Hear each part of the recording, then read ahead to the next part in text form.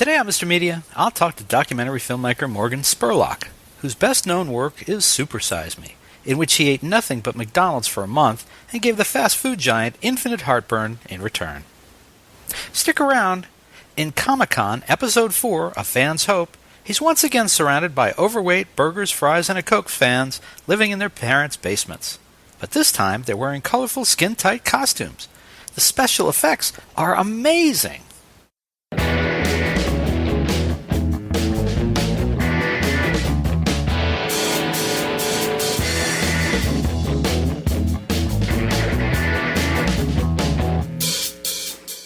So much media, so little time. Who keeps track of it all? That would be me. This is Bob Andelman, and this is a Mr. Media interview. You know, MrMedia.com, MRmedia.com. Stop by and check it out. There are more than 900 archived celebrity and pop culture interviews for your listening pleasure. Mr. Media is recorded live before a studio audience of comic book fans who, spoiler alert, they already know how this and every other story ends in the new media capital of the world, St. Petersburg, Florida. I don't know if Morgan Spurlock is getting rich as a documentary filmmaker, but he sure looks like a guy who's having a good time going to work each day. Spurlock first came to international attention with his face-first slide into bad cholesterol hell with Super Size Me, his month-long ode to McDonald's. It was a great gimmick that had legs, much the same way that Roger and me earlier launched the career of Michael Moore. Both men bring a modern, populist point of view to their nonfiction storytelling. Spurlock, however, is the one who seems more interested in entertaining and less about directly beating viewers over the head to make a sociological point. This week, Spurlock has two new products for the world to see. In a moment, we're going to talk about Comic-Con, Episode 4, A Fan's Hope, in which he follows 5 attendees through the annual San Diego, California convention of comic book and genre movie supergeeks. Along the way, he captures his own conversations with Stan Lee, Joss Whedon, Frank Miller, Kevin Smith, Matt Groening, Seth Rogen, and Eli Roth. But Spurlock is also the man behind a new TV series that debuted on Hulu this week, A Day in the Life of. It's Hulu's first original programming, and the first episode features one of my own podcast heroes, comedian Marc Maron. Thanks for coming to Mr. Media. Appreciate it. My pleasure. So, not many stories of a person's first trip to Comic-Con wind up with Stan Lee saying, "Hey, Morgan, let's make a movie." Really? Is that really the way it happened? That's really the way it happened. But here's the thing that I tell people, too, is I'm sure Stan Lee probably says that to everybody. I'm sure he probably said, "Hey, Edgar Wright, we should make a movie together. Hey, Guillermo del Toro, we should make a movie together." I'm just the only one who actually believed it and said, "Yes, we should do it. Let's make a movie." Now, which would have made you happier, if he asked you to make a movie together or if he said, "Hey, let's create a superhero together"? I don't know. The movie was pretty awesome. This is actually real. The superhero is still kind of out in the ether. So how do you get the Emperor of Marvel Comics involved on an ongoing basis, and what was it like to work with him? I mean, Stan's a force of nature. I mean, Stan is one of these people who, to this day, still has more passion and more drive, more excitement about this industry and the people in it than anyone I've ever met. So, for me, it was just a thrill to get to meet with him, to get to work with him, to gain insight from him into the people and the stories. So, I mean, I was really, really lucky. And then comic book fans were a notoriously close-knit bunch of know-it-alls who were wary of outsiders.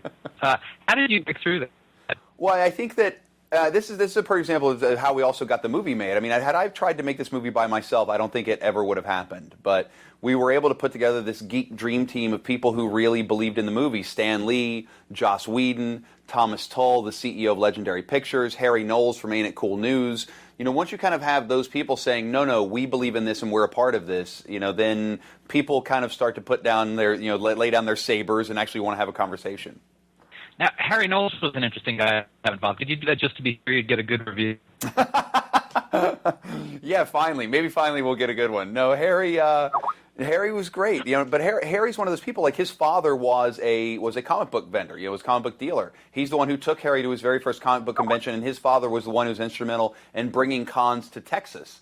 So, for me, Harry had a very interesting perspective, and Harry was the one that suggested we get Chuck Rosansky in the film. Chuck Rosansky, who is the owner and operator of Mile High Comics in Denver, a fantastic, just personality in the comic book world, and just a great guy to have in the film. Now, would you say this is kind of the comic book geek version of Roger Nygaard's Trekkies? In the way it kind of... I think it's even more of a celebration. I found Trekkies not to be nearly a celebration of the culture and of the people in it. I think that part of Trekkies was... I feel like part of Trekkies was let's laugh at these people more than let's celebrate these people. I mean, there was a lot of that film that I felt was much more... it didn't feel as much as we were kind of going through the experience with these people. Like, you're rooting for the people in this movie. Like, you're rooting for Holly Conrad and for Skip Harvey and Eric Hansen and James Darling as Say Young as he's about to propose to his girlfriend. I feel much more invested in these people because I finally see them as people. And I think that's what the film does really well. Tell us a little bit about the root of your own comic book. You're saying you did that a kid. Yeah, when I was a kid, I was reading, and that was the conversation I had with Stan Lee. It was Spider-Man, it was X-Men. It was I loved Plastic Man. Oddly enough, Plastic Man was one of my favorite comics as a kid. I started reading the G.I. Joe comics. I still have my G.I. Joe #1 that I got back in whatever it was, 1980 or 81, at my mom's house. But for me, it kind of started. It kind of started with Spider-Man. I think it was after I saw Spider-Man on the Electric Company was when I started reading Spider-Man comic books. Figured that the Super Size Me guy would have said Giant Man. Maybe that's for next time. Okay. Hey, Morgan, thanks so much for joining us on Mr. Media, and good luck with the new film. Thank you very much. Take care. Bye-bye. Bye. For more original interviews, surf over to our main website, mrmedia.com, mrmedia.com. If you've enjoyed today's show, subscribe for free to Mr. Media via email, RSS, or iTunes, and you'll never miss a show. Another good idea, download our new free Mr. Media mobile app in the Android market. You can also listen with a piece of string and a tin can in many parts of the internet. Show your support of Mr. Media by supporting our sponsors, including Audible. To download your free audiobook today, go to audibletrial.com/radio. Again, that's audibletrial.com/radio for your free audiobook. We're also supported by thepartyauthority.us. Call DJ Ira for all your party entertainment needs nationwide at 1-800-DIAL-DJs. Or visit their website, thepartyauthority.us. If you've got an idea for a guest, a comment on today's show, or would like to advertise on Mr. Media Radio, email me directly at bob@mrmedia.com, mrmedia.com. You can also call our 24-hour listener line at 1-727-498-4711. Some messages may be used in an upcoming show. And unless you live next door to Mr. Media, there may be a toll charge. You can also follow Mr. Media on Facebook, Twitter, or our new YouTube and Vimeo video channels. Thanks so much for joining us today. I always appreciate you sharing a piece of your day with Mr. Media. Thanks for listening. Thanks for watching.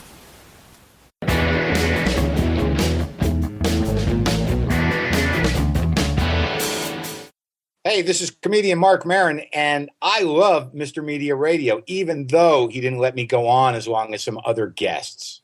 Hey everybody, this is Bob Andelman from Mr. Media. First of all, I want to thank you for years of support listening to this show. We're starting our 6th year, it's hard to believe, our 6th year as 2012 starts, and heading towards our 1,000th online podcast, audio and video. It's pretty amazing, frankly. I remember starting it several years ago thinking this will never last. And podcasts, that's as stupid a word as blogging. But here we are, starting our 6th year and heading up to 1,000 interviews. And I want to thank everybody for listening and supporting the show. I also want to tell you that one of the things that's been very helpful for this show is Stitcher Radio. Yes, this is sort of a commercial. Now, there are millions of smartphone apps in the world, but I only use one several times a day, Stitcher Radio. I build my own radio station to listen to broadcast and online shows when I want and in the order I want.